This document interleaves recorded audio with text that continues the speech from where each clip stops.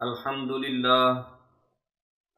لله الذي جعل الإسلام خير الأديان ومذهب أهل السنة والجماعة خير المذاهب في الإسلام، والصلاة والسلام على النبي الذي هو آخر الزمان وعلى آله وصحبه الكرام وعلى من تبعهم بإحسان وعلى إمامنا الأعظم أبي حنيفة النعمان وعلى غوثنا الأعظم خزائن العرفان وعلى مجدد الألف الثاني حجة الله والبرهان وعلى معجزة الرسول الإمام أحمد رضا خان وعلى سيدي ومرشدي خواجہ محمد شفیع الذي هو مجدد الإسلام وعلى الطبيب ولي الحبيب خواجہ محبوب فرید الذي هو حكيم الإسلام وعلى شيخي وأستاذي فضل أحمد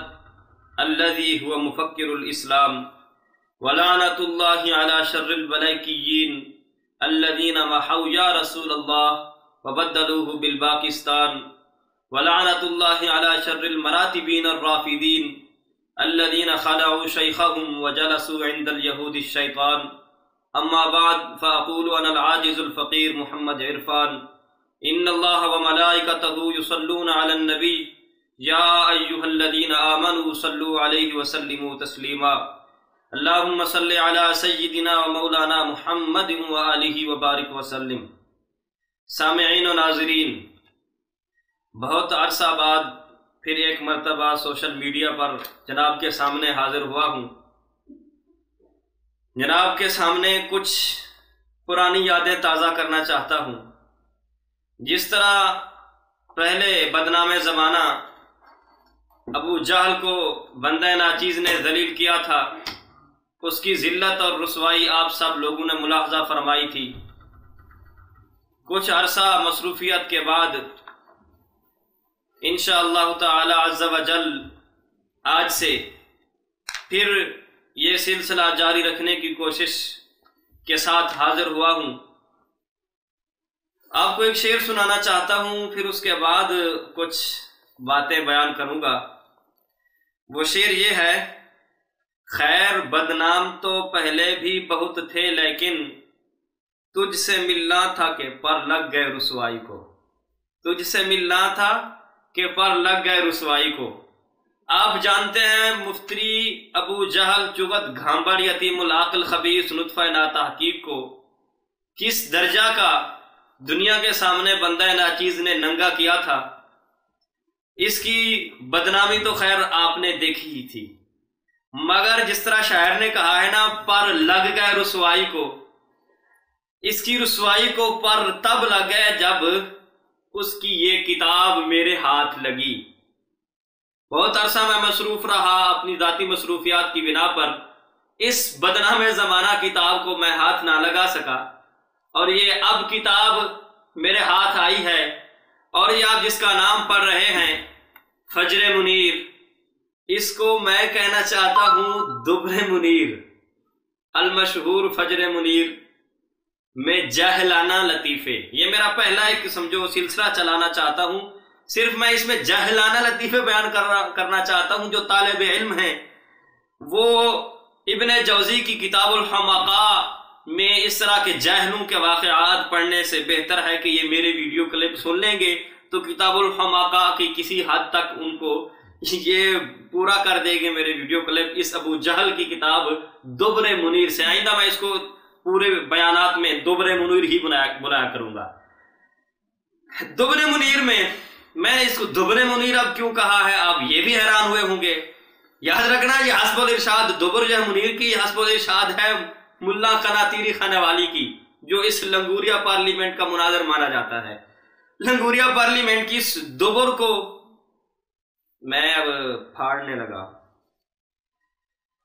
اس کتاب کے متعلق سب سے پہلے تھوڑا سا بتانا چاہتا ہوں کہ انہوں نے کیا یہ کہ جہاں پر کاپی پیسٹ مولوی ہیں، یہ گوگل ان کا سب سے بڑا مفتی ہے، وہاں پر انہوں نے حدیث نمبر وغیرہ سرچ کرنا ہوتا ہے، اور جو اس میں آتا ہے فوراً وہی ترجمہ سب کچھ انہوں نے کاپی کرنا ہوتا ہے. اب آپ اندازہ لگائیں، آپ شروع سے اس کتاب کو پڑھیں گے تو آپ کو جگہ جگہ پر یہ ایک چیز نظر آئے گی۔ اس کتاب میں ان کا کارنامہ یہ ہے کہ عام طور پر انہوں نے کاپی کیے ہیں ترجمے بھی اور عبارتیں بھی۔ عبارتیں تو چلو کاپی بندہ کر ہی لیتا ہے، ترجمے بھی انہوں نے اپنے نہیں کیے، کاپی کیے ہوئے ہیں۔ صفحہ نمبر 81، صفحہ نمبر اس کا 82، صفحہ نمبر 83، یہاں پر بخاری وغیرہ کی، مستدرک حاکم، طبری اور مسلم، صحیح مسلم شریف کی جتنی بھی روایات انہوں نے لکھی ہوئی ہیں، ان کا انہوں نے کیا کیا ہے؟ ترجمہ کاپی کیا ہے۔ اس لیے کہ ترجمہ بھی اور ان کا متن بھی عربی عبارت۔ آپ دیکھیں گے کہ یہاں پر اعراب لگے ہوئے ہیں۔ میں یہ نہیں کہنا چاہتا کہ اعراب کیوں لگے ہوئے ہیں، لیکن انہوں نے آگے جہاں پر دوسری کتابیں آتی ہیں جو مارکیٹ میں، جن کے ٹیکسٹ فارم میں موجود نہیں ہیں، جو لکھائی میں، ان کتابوں میں انہوں نے پتہ ہے کیا کام کیا ہے؟ ان کتابوں کا حوالہ تو انہوں نے کاپی کر لیا، مطلب وہ ٹائپنگ کر لی، لکھ لیا، مگر ترجمہ، بیچارے کو قرآن پڑھنا تو آتا نہیں، ترجمہ کیسے کرتا؟ اب جب ترجمہ کی باری آئی تو انہوں نے کیا کہتے ہیں؟ وحشت میں ہر ایک نقطہ الٹا نظر آتا ہے، مجنون نظر آتی ہے، لیلا نظر آتا ہے۔ اس کا حال یہ ہوا کہ اس بیوقوف نے ترجمے میں امام ابن جوزی کی کتاب الحمقاء کی ضرورتیں پوری، اس کا تتمہ لکھنا چاہے تو انہوں نے پورا کر دیا ہے۔ اب آپ دیکھیں، اس کا صفحہ نمبر 280 ہے۔ اس میں انہوں نے مزے کا ایک لطیفہ لکھا ہوا ہے، جاہلانہ لطیفہ۔ اس دبر منیر کے صفحہ نمبر 279 میں انہوں نے ایک روایت لکھی ہوئی ہے، کہتے ہیں لیجئے ملاحظہ ہو حدیث صحیح۔ آگے حدیث کا عربی متن عبارت وہ انہوں نے کاپی کی ہے، اور ترجمہ بھی کسی کا کاپی کیا ہوا ہے، کسی وہابی کا، لیکن ترجمہ میں وہابی نے جو غلطی کی، اس نے بھی وہی غلطی کی۔ یہاں پر ہے کذبت استاہ بنی الزرقاء، یعنی بنی مروان۔ اس کا ترجمہ کرتا ہے، کہتا ہے کہا بنی زرقاء کے پچھلے حصوں نے جھوٹ بولا ہے۔